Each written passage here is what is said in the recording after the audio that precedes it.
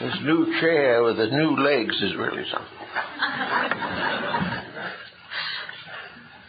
Well, it seems to me that it might be interesting to sort of go over some of the things that have been called to my attention in nearly 67 years of work with people in trouble. Now, trouble is a rather common occurrence. Most people have a little of it as they go through life. Some feel they have more than their share. And at the present time, we may say in wide terms, the whole world is in trouble. But actually, there has to be a reason for this. And one of the reasons is that nearly all of us have to learn through experience. No matter how much good advice we receive, we have to do it our way. And sometimes we're right, and that's fine. But very often our way is not the best. And then, having made a serious mistake, our next problem is to try to blame it on someone else.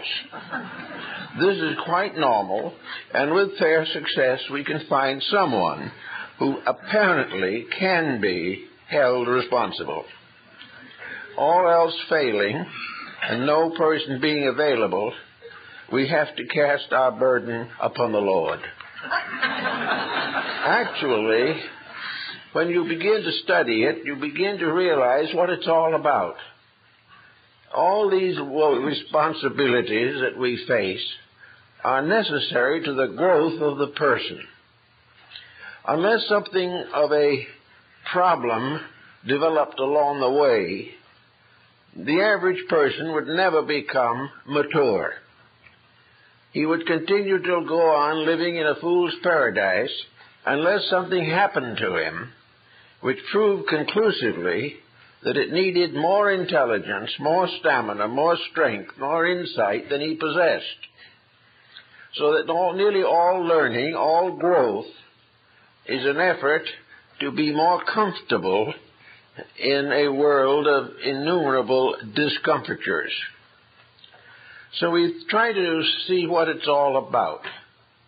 Now, of course, some of the best mistakes we make are made at a time when we are least informed about life, and that is in childhood and early maturity.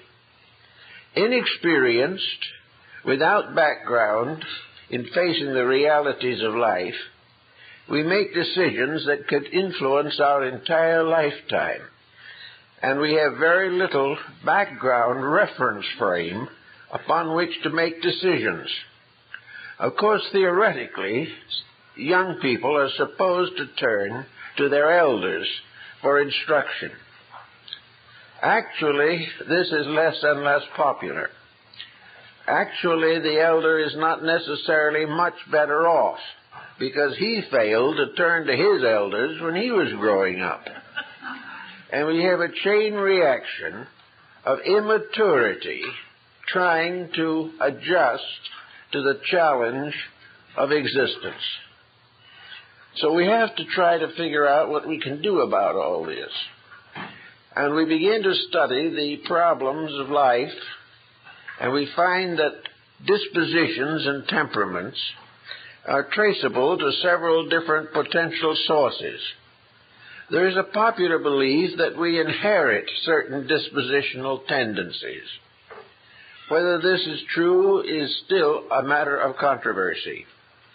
Some feel that we do not inherit these attitudes, but that we inherit bodies in which the chemical functions produce these attitudes and continue to do so generation after generation. We also have the belief that in some way or other, the individual brings with him into life some record, some understanding and insight from previous embodiment. This attitude is now generally held by a great many progressive thinkers.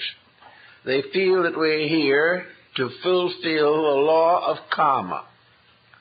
Now, to most people, the law of karma is simply retribution.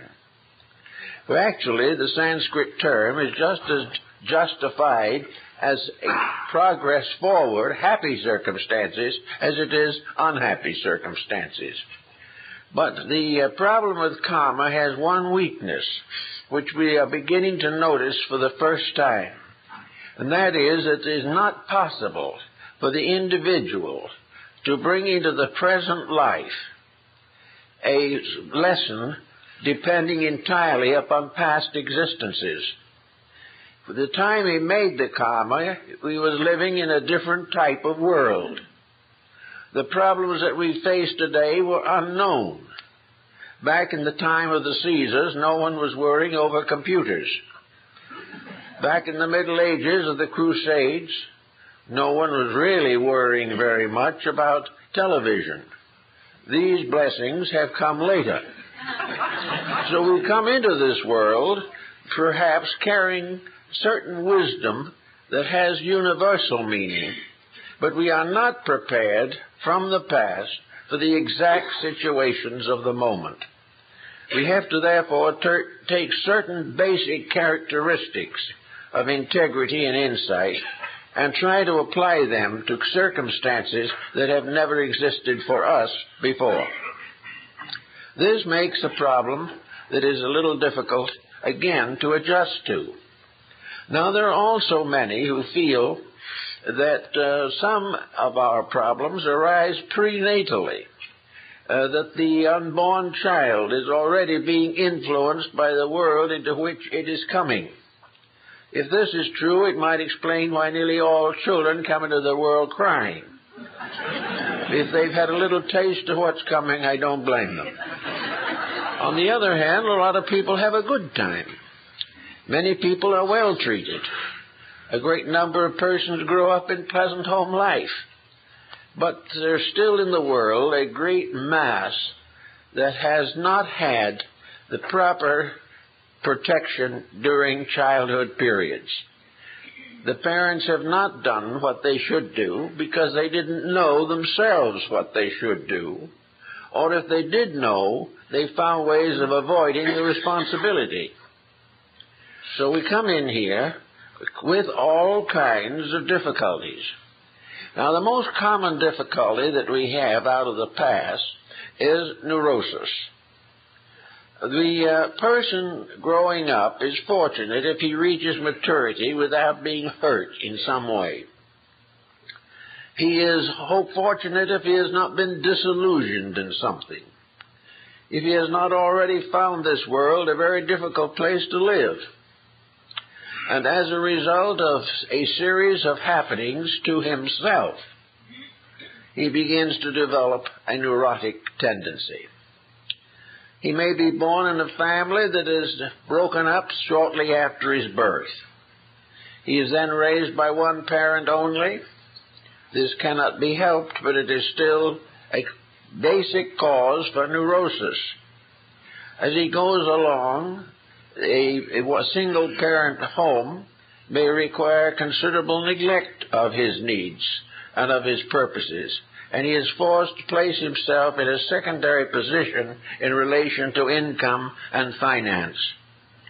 All these things dig down into the nature and just remain there as a series of gloomy attitudes, gloomy thoughts. And when various things happen, the individual kind of drops back into some of these occurrences to explain his present problems and his present weaknesses.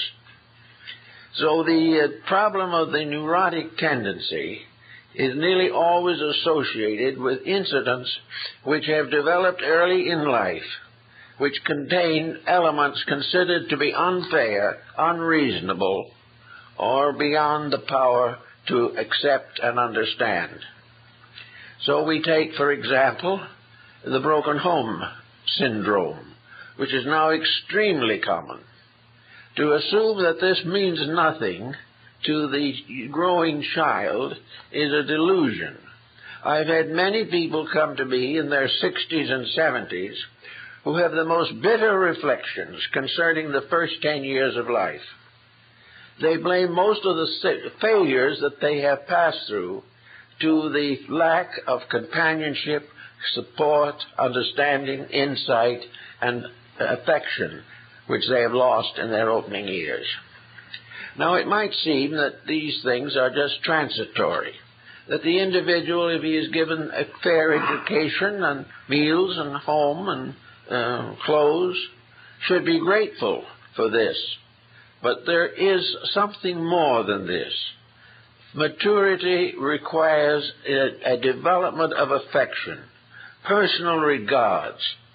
It requires causes to champion, appreciation, interest, significance, and a certain amount of gentle but firm guidance along the earlier years of life. So if this is missing, the individual is in trouble. Now, alongside of him, belonging to another generation, is the person responsible for this situation. A person who found a broken home or was caught in one, who had to go out to make a living to support herself and the child. Her life was neurotic and frustrated, and she passed these tendencies on to the child also. All these things are perfectly reasonable, perfectly natural, and more or less inevitable, but the result is neurosis. Now, as the person grows older, it is always possible to do something about neurosis. We don't have to continue to accept it indefinitely. We can find ways to grow out of a neurotic situation. To do this, however, requires a certain amount of conscious effort. The individual must try to make these adjustments. He must try to outgrow his own infirmities. But what happens? He comes along at 50 with all the infirmities and admits frankly that he hasn't been able to outgrow them. That perhaps in the daytime he could handle it, but at night the old dreams came back, the nightmares, the pressures of outrageous circumstances.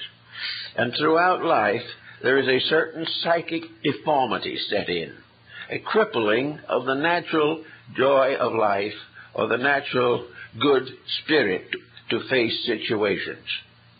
All of this also means that there must be some corrections possible.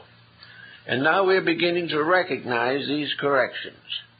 Education is not only teaching the individual the ABCs or preparing for him for a profession or occupation. Education must help young people to get over the scars of neglect, misunderstanding, and false pressures of society. The child, the young person growing up, must be taught to be stronger than circumstances, must be taught to recognize the real meaning of the things that happen to him. Everything happens for a reason. If the happening dominates, the life is damaged. If the individual takes hold of the happening and understands it, then there is a definite forward motion. So the problem of finding explanations for pressures must be and should be part of the training of every young person. He should be taught to overcome the limitations and restrictions of his own childhood. Now, if he has been a very happy child and has been well taken care of, you may say that this is not reasonable or necessary. It wouldn't be in this case. But then there are other factors that sneak in.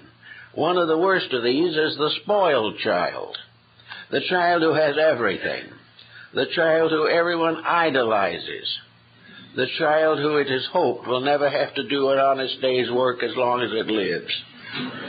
This type of child is also pampered and lives in a kind of psychological paradise through these early years. But somewhere along the line, the angel comes and casts the young person out of paradise into the very tough and difficult world which he is going to have to face. When this happens, the spoiled child is at a great disadvantage. He expects to be pampered all his life. It develops into the way of which he thinks, his job in which he attempts to establish himself, and if he marries, he expects to be pampered by his wife. All these things become the basis of trouble. And in this trouble, the pampered person gradually comes under the neurotic pressures of his own unfortunate background and gradually develops bad habits, many neurotics going to narcotics or alcoholism. Now, this is a long story, but somewhere along the way, philosophy has to step in and try to do something about it. One person out of every 3, probably, is a potential neurotic. This is because the ailment hits in so many different ways at so many different periods in life. Many are affected collectively by war, others by Great Depressions, still others by pestilences. All kinds of negative circumstances create the havoc which gradually eats into the optimism of the person. Now, against this external pressure, there has to be internal resource, and that is where religion, philosophy, and idealism have their part to play. It is necessary for the individual who finds neurosis slipping into his life to recognize that he must outgrow it. He must find out the true solution to the dilemma with which he has lived for a large part of his lifetime. He must gradually come to recognize that he cannot forget the past, but he must interpret it correctly so that it no longer damages the present or the future. He must find ways of capitalizing on the neurotic liabilities which he has inherited or accumulated. He must realize that every problem is not only a responsibility but an opportunity. For most people, this world's a clinic in which each individual has to solve his own ailments. It is very important, therefore, for the individual to find ways to transform a neurotic pressure into an expression of gratitude, that the individual discovers that his troubles are the things that have done the most for him, and his successes are the things that have done the most to him. And he has to gradually realize that growth is an overcoming of ignorance, and that problems all lie in the errors of ignorance. No matter how brilliant a person may be, if he cannot handle his own disposition constructively, he is ignorant. Now, we have no faculties of education or facilities to take care of this kind of problem, except in clinics or private counseling. But even the best of private counseling cannot meet the full difficulty. Actually, in the last analysis, each person must solve his own problems. If a patient takes a counselor a problem, then the counselor is going to counsel in terms of the fact that the problem might have been his own. He does not counsel in the terms of the compound disposition of the individual who has come to him. So the work finally settles down to the most inexpensive and tedious of all processes, and that is putting our own lives in order. So we come along and we find, as I know a case that came to me, a boy growing up with a broken family, which was broken while he was only a couple of years old, going on through one pressure after another, tossed about from one relative to another, ending up with a stepfather, not at all interested in him, and a mother unable to cope with the situation. So looking back from manhood upon his own childhood, this particular person felt that he had been badly treated, that he had been neglected, that he was born to suffer, and that it was inevitable that he should break down under the pressure of it all and be sorry for himself for the rest of his life. Now, this doesn't pay off, but it happens in millions of cases. So this person has to be gradually taught that each one of these disappointments presented him with a new point in life, a new realization of facts. The fact that he came from a broken home made him one with thousands of other young people who come from broken homes. These problems have to be solved. The individual who has no support from family must develop as early as possible support from within himself. And in the periods of neurotic pressures all the way to the end of life, the great answer lies in taking hold of it, the problem, whatever it is, and transforming it into its message, revealing once and all that it is capable of being a tremendous advantage to the person to have gone through these difficulties. It's hard to believe that, perhaps, but those who have triumphed over the weaknesses of themselves are the world's best people. Those who have too easy a life get into trouble later. But it is possible for those who have had a too difficult a life to smooth it out and have a serenity of years when the time is right. Also, we have to realize that many families, cruelty is a factor. Children are cruelly treated. Adults are cruelly treated. And cruelty is something that is very difficult for a sensitive person to understand. In the case of cruelty, the victim very often becomes belligerent and strikes back and tries to fight their way out of the dilemma. They begin to develop hatreds and antagonisms that go through life. And sometimes they develop a revengeful determination to hurt others as they have been hurt. Now, this again is simply a sign of ignorance and weakness. Most of these problems exist and go on existing generation after generation because they have not been met at their beginning by our educational system. We educate an individual as though he was really a kind of well-oiled machine. We do not recognize the actual individuality of the individual. We do not realize that each of the children in a class in school is a different person, with a different background, with a different reaction to the pressures of environment, with a different ability or lack of ability to understand the meaning of what they are trying to learn.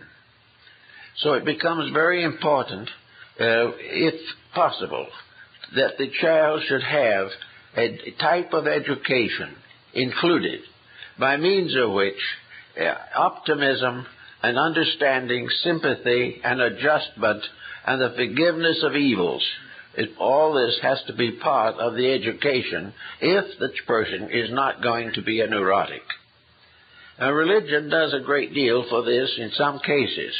But on the other hand, we suddenly develop another problem, and that is the religious neurotic, whose trouble isn't that he lacks religion, but he lacks the way to handle it.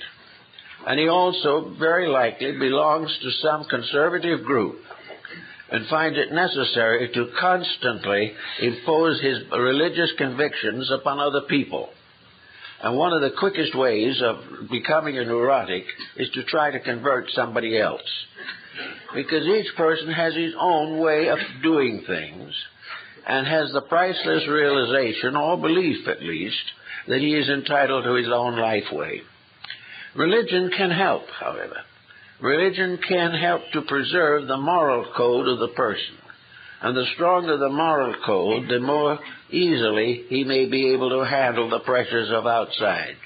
If he has a strong conscience within himself, he can avoid most of the pitfalls which could cause him definite trouble.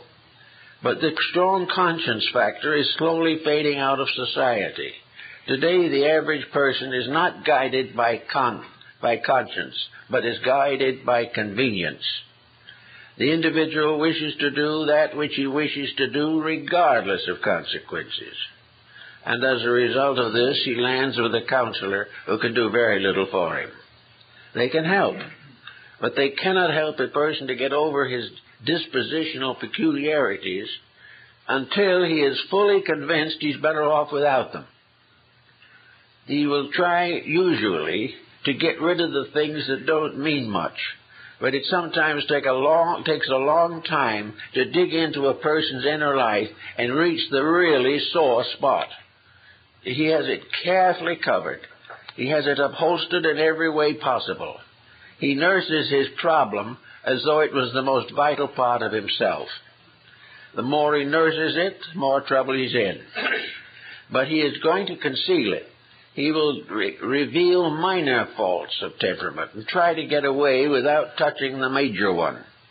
And it takes a long time, because until he gets to the major one, his life will never straighten out. A lot of it can be done by working with the religious side of human life. Religion, to be useful, must be non-dogmatic. It must be tolerant and it must be gentle, but it must be firm, and it must teach the individual to seek the good in everything and be willing to recognize the good even if he doesn't like it. One of the apocryphal statements attributed to Jesus relates to the time when the disciples were walking along the road and saw the decaying carcass of a dog. The disciples drew back in horror at the unhappy sight. Jesus stood and looked at the animal for a couple of minutes and then turned to the disciples and said, "Pearls are not whiter than its teeth." To find the pearl in the dilemma is very important. Yet in everything somewhere there is something good, something valuable, something that teaches us what to do or something that teaches us what not to do. All the way along, life is trying to press us toward accomplishment. The more we resist accomplishment, the more steadily it prods us on, often to a great deal of discomfiture. But we must try in every incident that comes along to get the message, to see whether or not we are handling it. If when the message comes along that a problem is approaching, are we ready for it? Are we sufficiently integrated within ourselves to be able to handle a moderate-sized difficulty with dignity? The big difficulty might take a little more practice, but a moderate-sized one should be handled with dignity by the average person. Now, if this problem comes along and the individual fights it, that isn't dignity. Denies its existence, that isn't intelligence. The answer to the problem is it must be solved. Now, in some religions and some philosophies, the effort is made to throw these problems on the Lord. And when we don't know what to do next, to ask for divine help. That is perfectly proper and correct if we have used every available resource of our own first. If we have done the very best that could be done, and the problem is completely beyond our control, then we must resort to the divine will. But we do not like that usually, because while we say, "Let thy will be done," underneath this, we have a sort of a little sub-voice that says, "Let my will be done." We want it our way, and we hope God sees it that way. Because if he doesn't, we're in trouble. But we must try in the beginning to find out what the problem can be, how it can be handled by ourselves. Are we shirking it? Are we afraid to take it on? Is it more comfortable to suffer? Many people have the most joyous time suffering. But, unfortunately, very few of us can suffer alone. And the professional sufferer generally makes many other people miserable also. So that isn't a good answer. The good answer is to realize that the individual himself is capable of solving any problem that he faces. If it is completely beyond his capacity, it isn't even a problem. He doesn't know it exists. But if it touches any part of his own experience, he should be able to make a fairly dignified solution. Now, another type of problem that comes along, we find, is loneliness. Loneliness is something that sometimes appears to be very unkind and very unreasonable. Yet in the long run of things, loneliness is the common state of everything that exists. The smallest little bug in the greatest star is alone. Loneliness is inevitable because between each individual and the world around him is the vast complex of his own personality. He must bridge across from an inner nature to an outer life. In most cases, this bridging is not effective. Not all it should be, at least. But in every case in that life, there comes a time when we must learn to get along with ourselves and learn for once and for all that we can be good company to ourselves. We can find all kinds of things to do to counteract loneliness. We can develop vocational interests. We can take on responsibilities for the simple pleasure and simple opportunity of service. We can do all kinds of things to break up the concept of loneliness if we really want to. But once we get a certain degree of aloneness, the tendency is to stay with it, to nurse it, to become less and less adjusted, and to finally end up by being antisocial in every sense of the word. Now, the person who declares war on society is actually declaring war on the university of life. The individual who walks out on his own world, walks out on his responsibilities because he doesn't like them, and is therefore able to develop a beautiful argument why he shouldn't accept them. This person is avoiding the normal burdens of living. He's bound to be lonely in the end. A lonely person is one who has not been a friend, a true one, therefore cannot have a friend. But every lonely person has a privilege of something that other people do not have. For example, a family in which all the members are busily engaged has very little loneliness but very little privacy. There are times when each individual should be alone, alone to think through things, alone to put his own life in order, alone to meditate upon the larger realities of things, so that loneliness is actually a condition that must precede the experience of enlightenment. The enlightenment of the wise destroys forever the illusion of loneliness.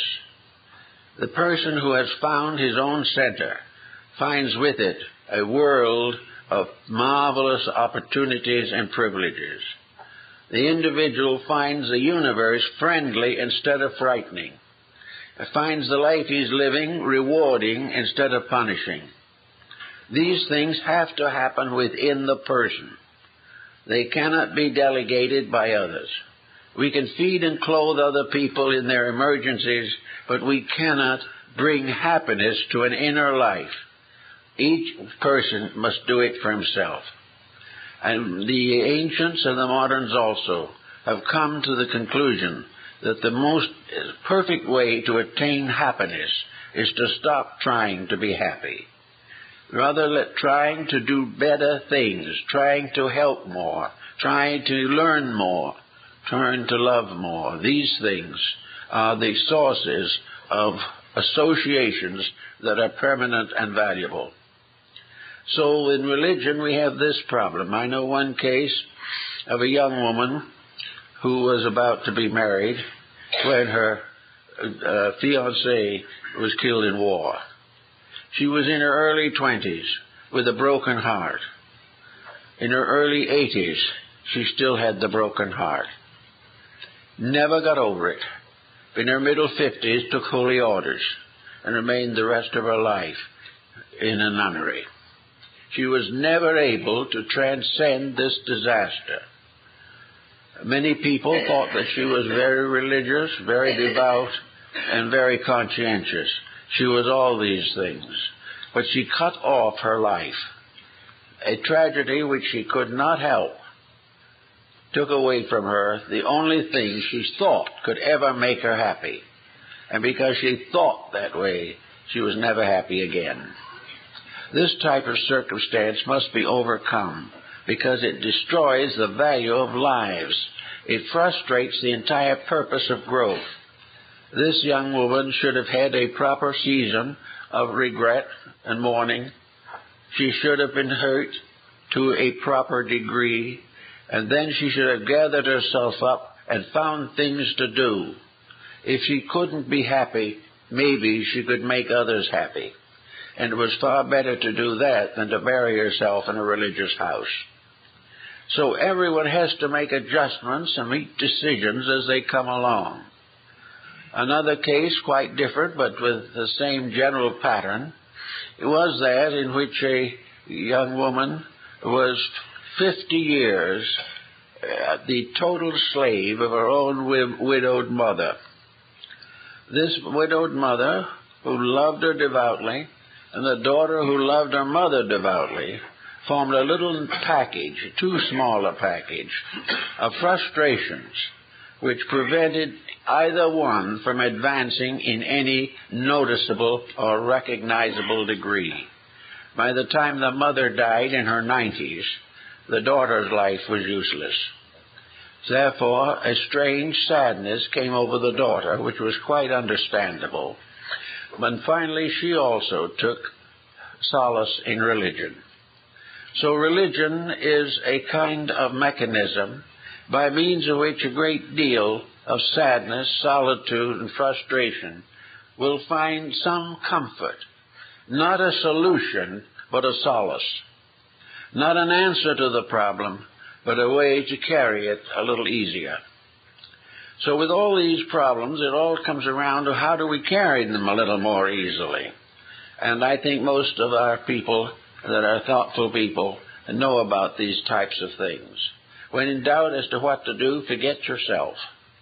Forget all that has happened to you. Stop telling all your friends your miseries. Get over constantly regretting this, something you did at 20 which ruined your life. Get rid of the fact that the past can destroy the future. It can't unless you let it.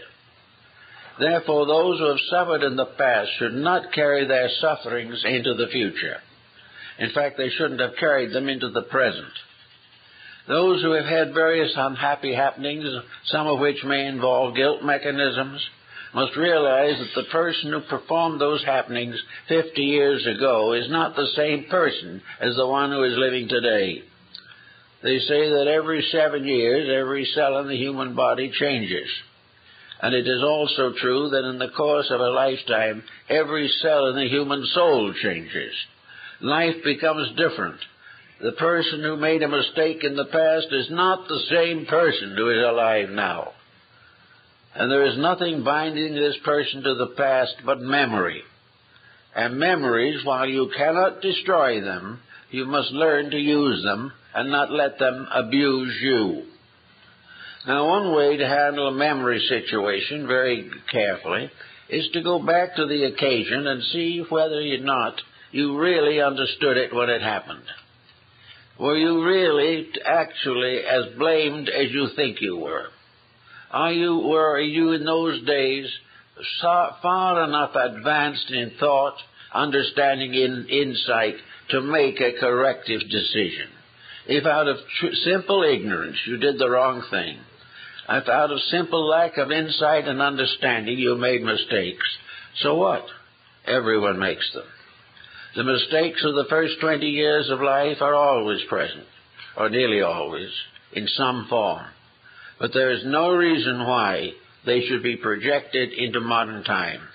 They should never be allowed to cloud or discourage a life. And any religion that demands complete repentance for these types of ailments should be carefully avoided. The problem is not to forget. The problem is to learn the mistake, gradually developing a richer and fuller life, learning from a mistake the thing not to do again.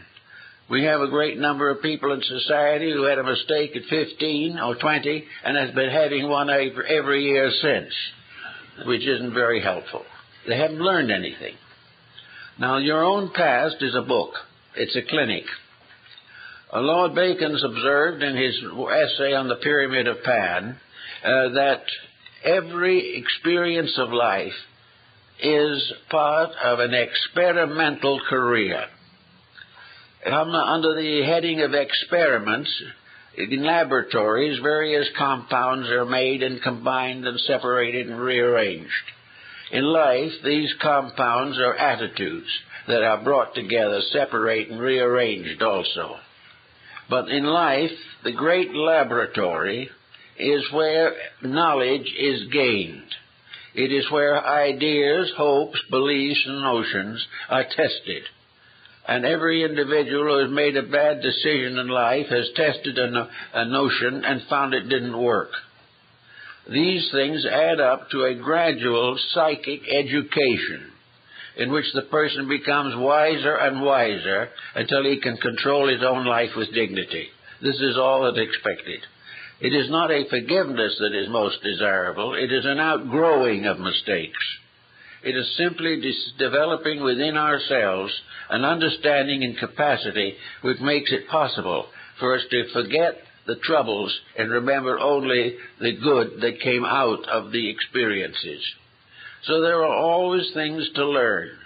And those who rise above their own mistakes are the world's best people.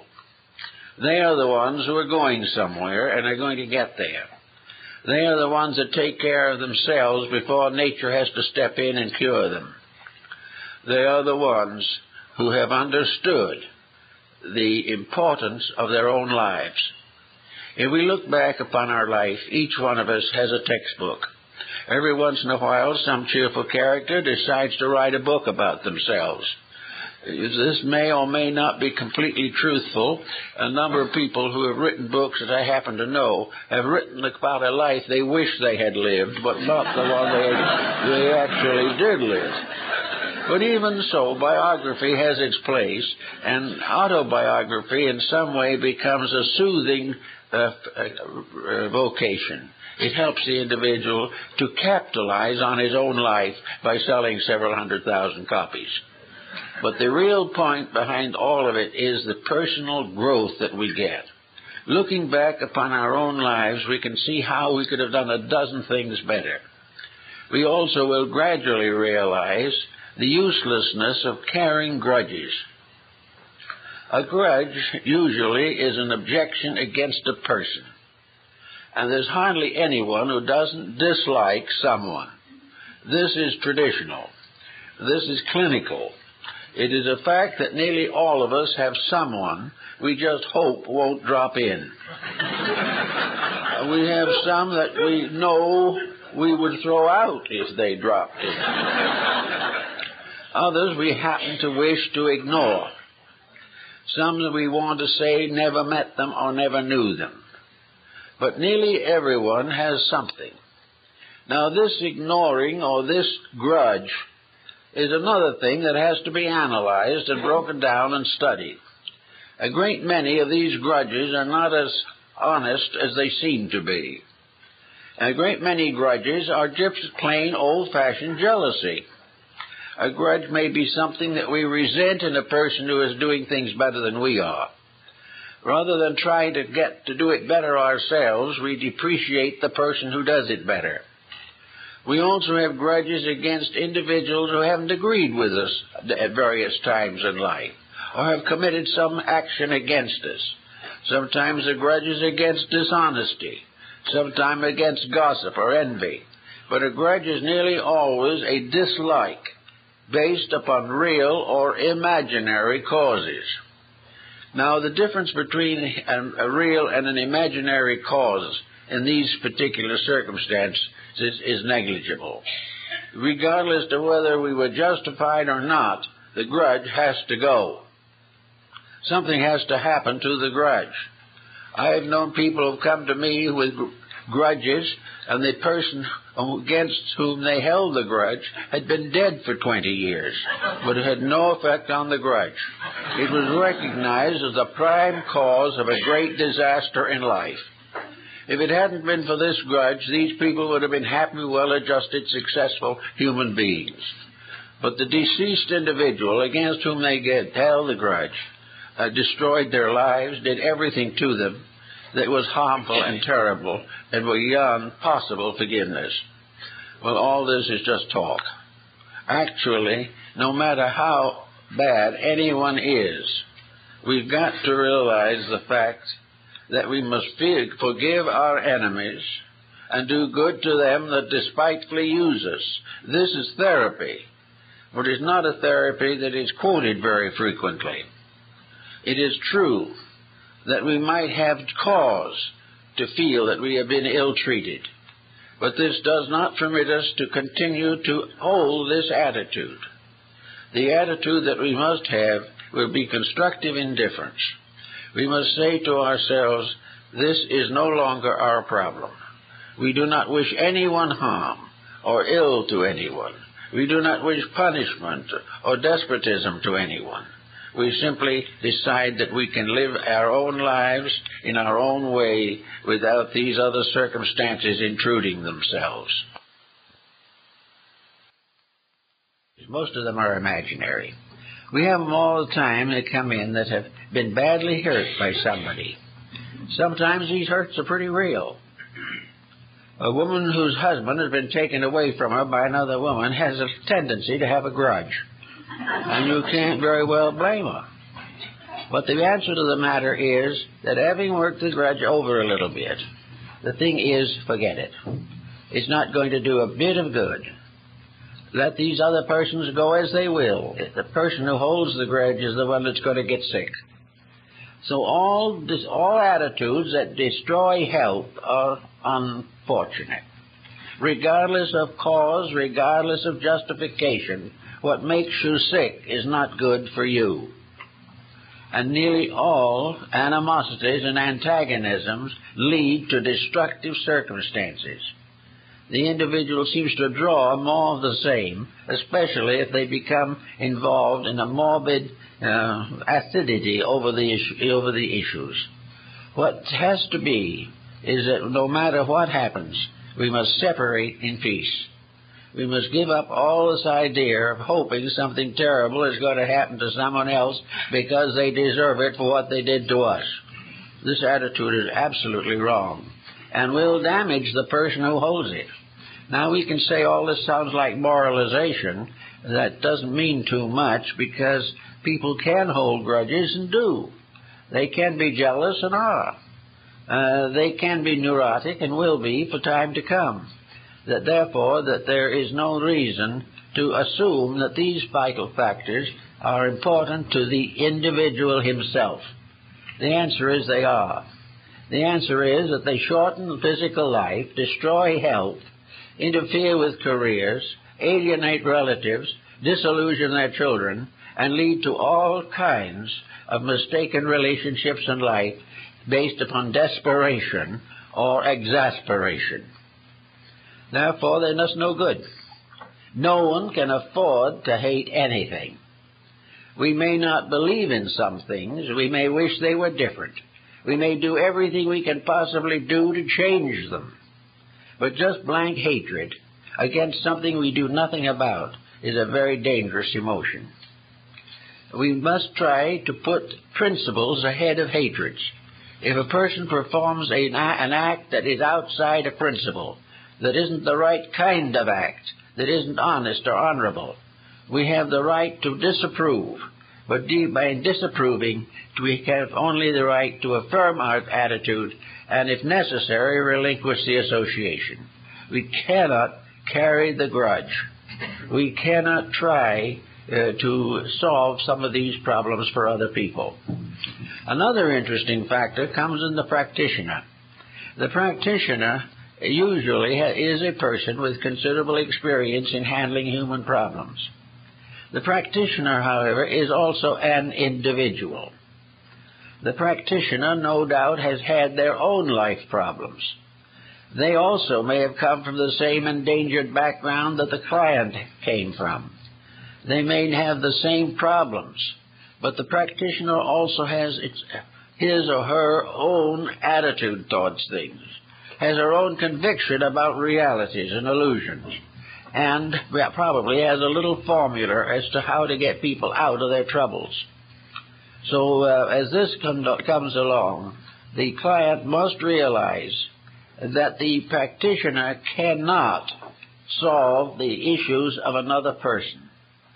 A practitioner cannot tell you how to live or who to like, or why to dislike, or why you're lonely. The practitioner can only advise you as to what to do with your problem. The practitioner who tries to give you a decision takes the right away from your right to make your own mistakes, and you will have to. But the practitioner can point out that you have this mistake, and it's up to you to do something about it. The practitioner may also then be able to go through the assets of your personality, to find out your skills, your abilities, your dedications, your interests, your hobbies, your avocations, and find out things that might be of value and remind you of them. But the practitioner cannot solve your problem. The most that anyone can do is to help you to have the courage, the strength, and the integrity to solve the problem yourself. This is why the clergy, more or less, has dominated this field. It is because the clergy throws everything to the Lord. And the Lord, in this case, operating upon the sufferer, must operate through the disposition of the patient. Therefore, in prayer, meditation, in honest exhibition of mistake, through all the various contrivances by which the person is caused to face themselves as a religious duty, these things can help. They can also overdo situations and cause further pressures. But generally speaking, anything that causes the person to realize his own responsibility for his condition is constructive. It helps to solve. Now, most people have never had a good analysis of capacities and potentials. Very few people are really aware of what they could accomplish if they put their efforts into a constructive pattern. Some have had some experience. Some have had secret hopes and desires that they would be able to do certain things in the course of their lives. All of these things can add up to a very valuable and important change in policy of living. The individual who is alone too much should seek associations outside of himself, not to convert them or not to do what they do, but to share openly and freely the experiences of each other in an effort to find greater values and greater depths of understanding. All these things finally add up to the fact that sit down quietly by yourself and say, how do I feel? And if the answer is that you feel terrible, then the time has come to find out why. If you say to yourself, I wish I was dead, you don't mean that. In most cases, you wish somebody else was dead. But in any case, the discouragement, the frustration, the fact that life isn't worth living, and that the faculty of memory is fading because we never used it correctly, these things are depressing. And as life takes away the energies of youth, we sort of sink into a solace of our own, which is far from constructive. So wherever there is a problem, and if you can look around and do not see a world in which there are good things happening, you're in trouble. Now, in this particular emergency that we're in the world today, it's becoming more and more common for people to develop strong neurotic tendencies. Nearly everyone is against something in these times. Nearly everyone feels that they have been personally hurt or personally offended, that dreams that they have hoped for have been broken and discarded, that the world is in bad trouble and there is really nothing to do to make one particularly happy about anything. Well, this is the first fundamental principle. But is it true? Some people would like to think it's true, but a clinical physician might differ from them. We may also say that in 1986, we perhaps had one of the most important years we've ever known. We are gradually wearing out the inevitable consequences of error. We are coming face to face with the fact that we cannot break the rules. And one by one, as we try to break them, these rules have a tendency to break us. Little by little, it is gradually appearing more and more obviously that things have to change. And things have to change constructively. And the old selfishness has got to die because we can't afford it any longer. We might have tried to do things before, but there was new land to take over and it was always possible to have a successful career. Now we begin to wonder. We begin to estimate what the next 50 years is going to mean in populations, in natural resources, in pollution, and all these things. And suddenly we are beginning to see in the world the types of disorders that are inside of ourselves, but we haven't recognized them. We were just unhappy because we didn't feel good. Well, people don't feel bad just because they feel bad. There's a reason of some kind. They have broken a rule. They have overlooked something that was necessary. They have done something that was not necessary. So today, the pressure of society is like the neuroses of the individuals. We are suddenly discovering a world of neurotics, a world in which nearly everyone is afraid to live. Nearly everyone doesn't know what to do next. Now, this sounds like a terrible mess, and it is.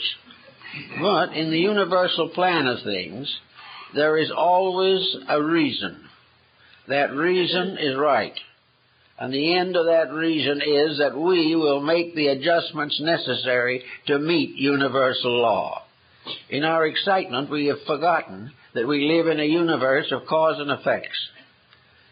When we remember that and keep the rules, we will be very much better off, and we will discover that all the suffering we have gone through has been well repaid by the fact that we finally found a solution to the mistakes of humanity. Now, this same type of thing is what's happening inside of people. The world's dilemma is reacting into the personal life of the individual. The world is in trouble because of the way it acts. The private individual is in trouble because of the way they act. They are part of something which cannot win. They are part and parcel of a great competitive system that cannot succeed. And in all of it, in all of its branches, in all of its parts and departments, we have overlooked the basic principle of humanity. Love ye one another. Now, it's going to keep on getting rough until we find that out.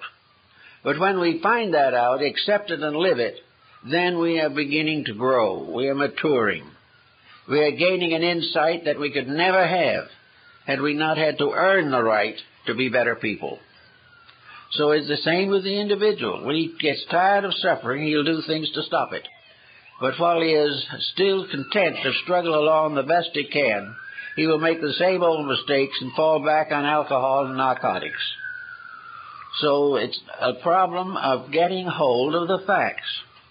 Each person has the right to be a constructive individual, regardless of the world in which they live.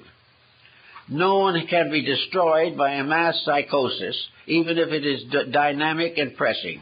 We have to surrender to negative things or we remain positive. So in our problem with people, the people are involved because of the community problems. The community problems are there because of the people. We are here in the mess we're in because we are selfish and haven't prevented a mess. And when it came along, we tried to keep it going. We tried to build good, substantial homes over vacant lots. And you can't do it. So all through the way of life, we are being taught. And we are here to be taught. We are here to make the same mistakes until we stop making them. We are here to gradually learn the great lesson that when we keep the rules, they will keep us. We are here because we are here to grow as citizens of an eternity, and that these citizens have got to grow up. We are vaguely but forcibly not maturing properly. So it's very important to every person to clean house, to get rid of all the negative excuses for not being able to do what they should do. Get over the idea that we are privileged to cause suffering because we have suffered. This is not the answer. We have the privilege to cease to suffer because we have found that that is the way of peace for all concerned.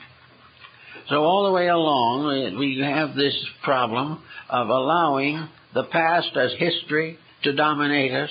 There's always been war, so there always will be war. This is not the way of life. The way of dishonesty in government. There's always been corruption. There have always been dictators. The history of the world is a mass of mistakes made intentionally or accidentally, and every civilization of the past has risen and fallen. This is also in our personal lives. People of all ages have made their mistakes. Little by little, however, all of these groups have grown in some way. We are the past. We are all that has gone before. We have gained along the way, and the number of thoughtful, well-intentioned, and dedicated persons is increasing all the time. We are here because we need more growth. We need another course. We need to get a higher degree of education than we've ever had before. And that is possible only because we have a greater need than we ever have before. And due to our own evolution, we have a greater insight about this need than we ever had before.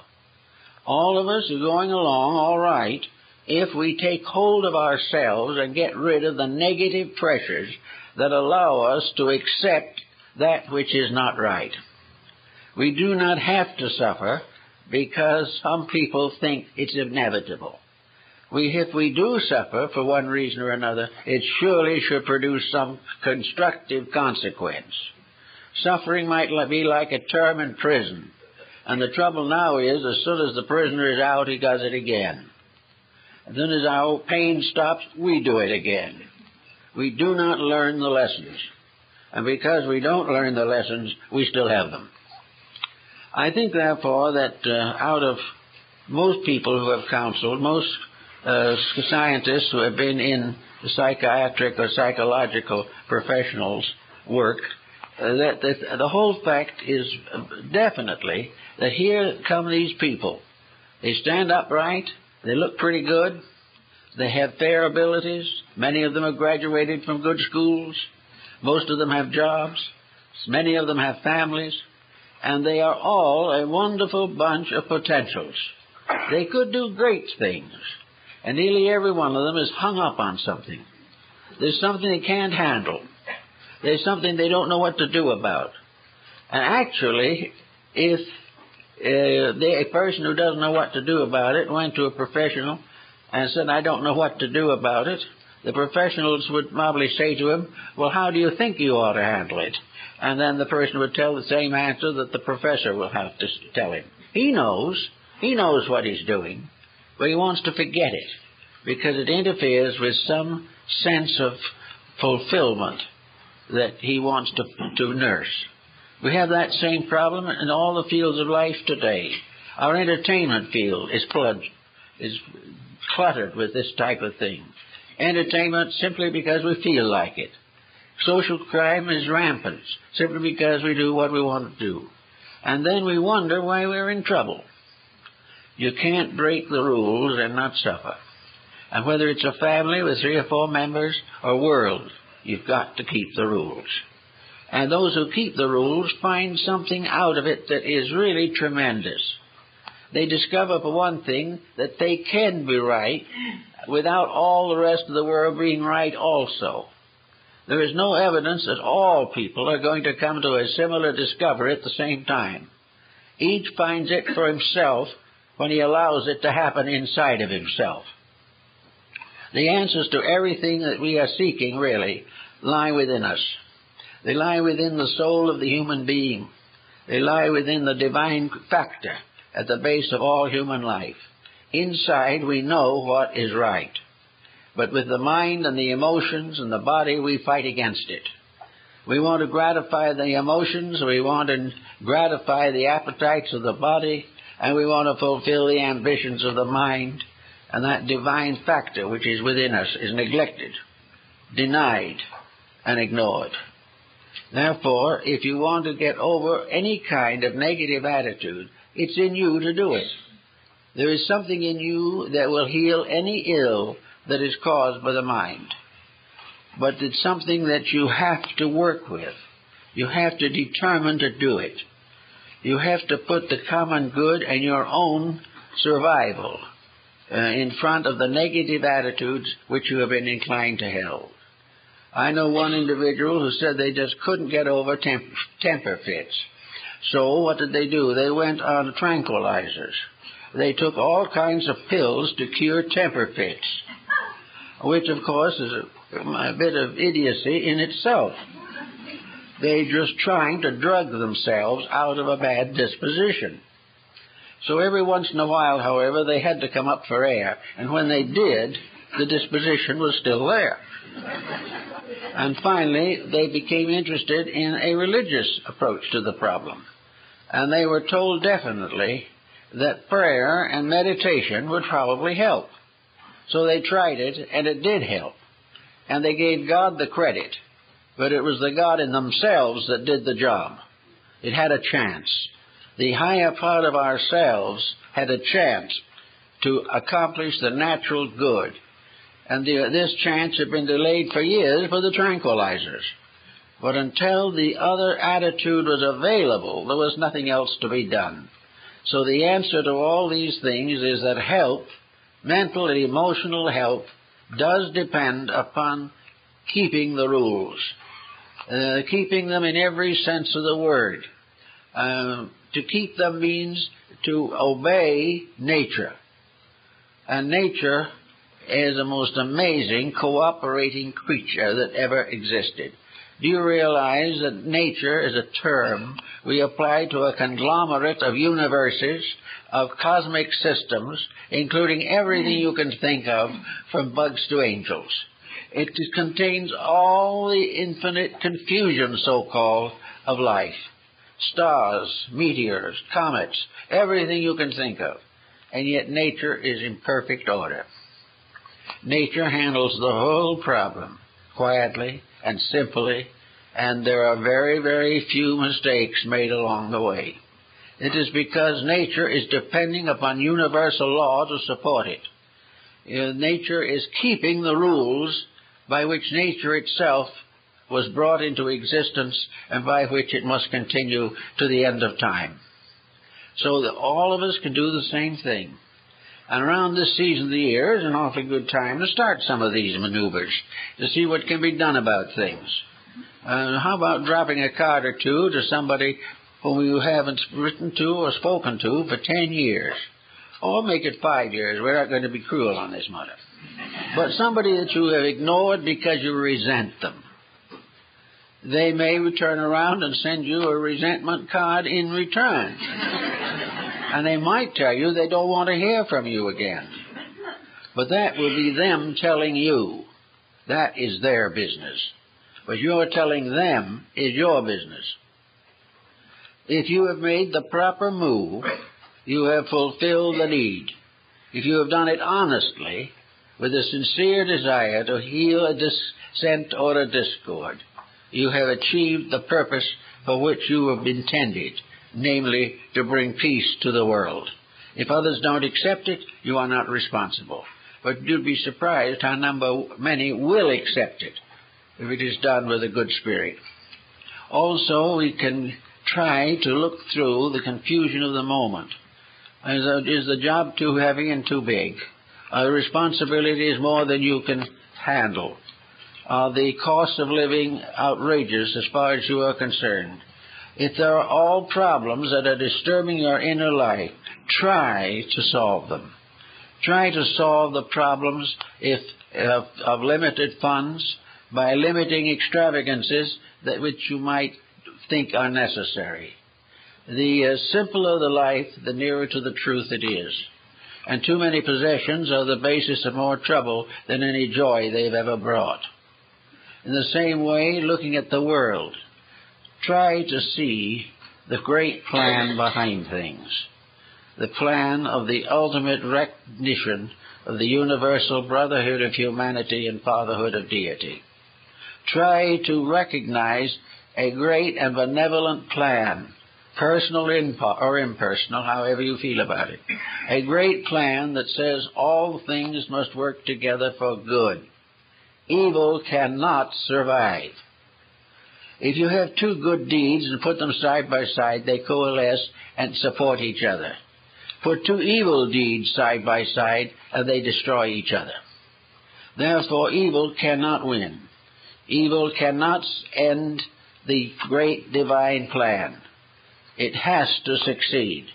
And any individual who stands in the way of that success will suffer a little. So better get out of the way of progress and into harmony with it. And try to end forever and ever any negative attitudes in yourself. Try to increase your own inner potential. If you have leisure, study, work with it, serve various community sources and causes, and be sure that you have a daily life that is as useful, constructive, and kind as you can possibly make it. This is the way that will ultimately bring you internal peace. It will also prepare you to be part of a great evolving way of existence, which is based on the inevitable victory of good, the inevitable victory of love over hate, of truth over error, wisdom over ignorance. These things together are the end. And we are fortunate that probably in 1986-7 that this condition is as intense as it is. We are reaching the point where we cannot throw it away. We cannot any longer turn away from it or close our eyes to it. And when an ailment reaches that degree, there's only one answer. You've got to cure it. And this is the same thing that happens with a patient seeking a physician or a psychiatrist. They seldom go until the situation is very far advanced. But when there is nothing left to do except grow or perish, nature says you can't perish, so you might as well start growing. There's no way out of growth. It is inevitable. Nothing that ever existed can avoid it or evade it. In some cases, however, it is slow to come and painful. And this is because we have opposed it and failed to develop the potentials within ourselves which justify us in expecting a good and happy life. I think most of us is working on plans for self-improvement and seeking ways to serve others in their needs will find already that these dedications have become precious interludes in their lives. That helping people is a beautiful job if you do it right. If you try to live for them, it is a difficult and impossible job. But if you can inspire people to correct themselves, to re-establish their hopes, to find again the wisdom and strength of a relationship with infinity, if we can help forlorn people to realize that their loneliness is not necessary, that their loneliness is not intended. We are all intended to be busy living, busy doing, busy growing. These are the things that we should be concerned with. If we have lost those who are close to us, even this we must carry with dignity. For all these things happen and always have. But never in any of these happenings is God cruel. All things work together for the greater good. And every problem that we have is a unit of growth in disguise. So if we take that kind of attitude and work with it, I think maybe next year can be a pretty good year for a lot of people. I think it's going to be a much better year for a great many nations also, because we're gradually waking up. We're gradually becoming aware of things. We are gradually outgrowing the belief, the false belief, that our existence here is just a small span of years that we should make as comfortable as possible. Actually, our existence here is a short span here to make possible an eternal growth, or to contribute to an infinite unfoldment of our life potential throughout time and space. We are bound to grow. And the only thing we can do is slow it down by self-pity, jealousy, hatred, and all this type of thing. These are the mistakes which, if we continue to make them, can damage us seriously, but cannot destroy us. We can be tortured by our own mistakes, but we cannot die from them. In due course of time, the truth in ourselves is resurrected and takes control over the personality, and we are once more the children of the infinite that we are in substance, whether we know it or not. So in this season, when we are all thinking about trying to be as nice and wonderful as we can, let's try very hard to say that we can just wipe out forever any unpleasant or unhappy thought against any person. This is not an easy thing, perhaps, but it's easier than you realize. The reason it is difficult is because so many people have built a mistaken life upon that excuse. They have insisted that this other person or persons has damaged them. They're not unhappy because this person exists, but they've been the cause of all kinds of misfortunes down through the years. This is not true. The individual has caused maybe the original incident. The individual who was hurt has repeated it, multiplied it, and exaggerated it until in turn it damaged a life. If we do not hold these negative thoughts, they can't damage.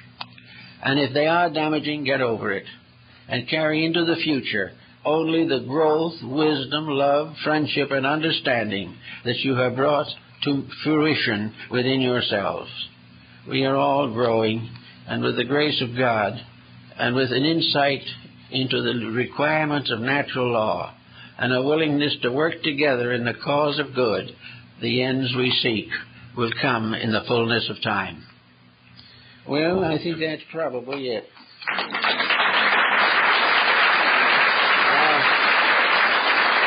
I'd like to make an announcement. My wife's book, Mrs. Hall's book, an outline of 4 books determining and summarizing the birth of a new age. This is just in from the printer. Many of you are interested in her work, and this is a summary in 4 brief sections of her entire project. So you can secure it from our book table if you're interested. And thank you for being with us this morning.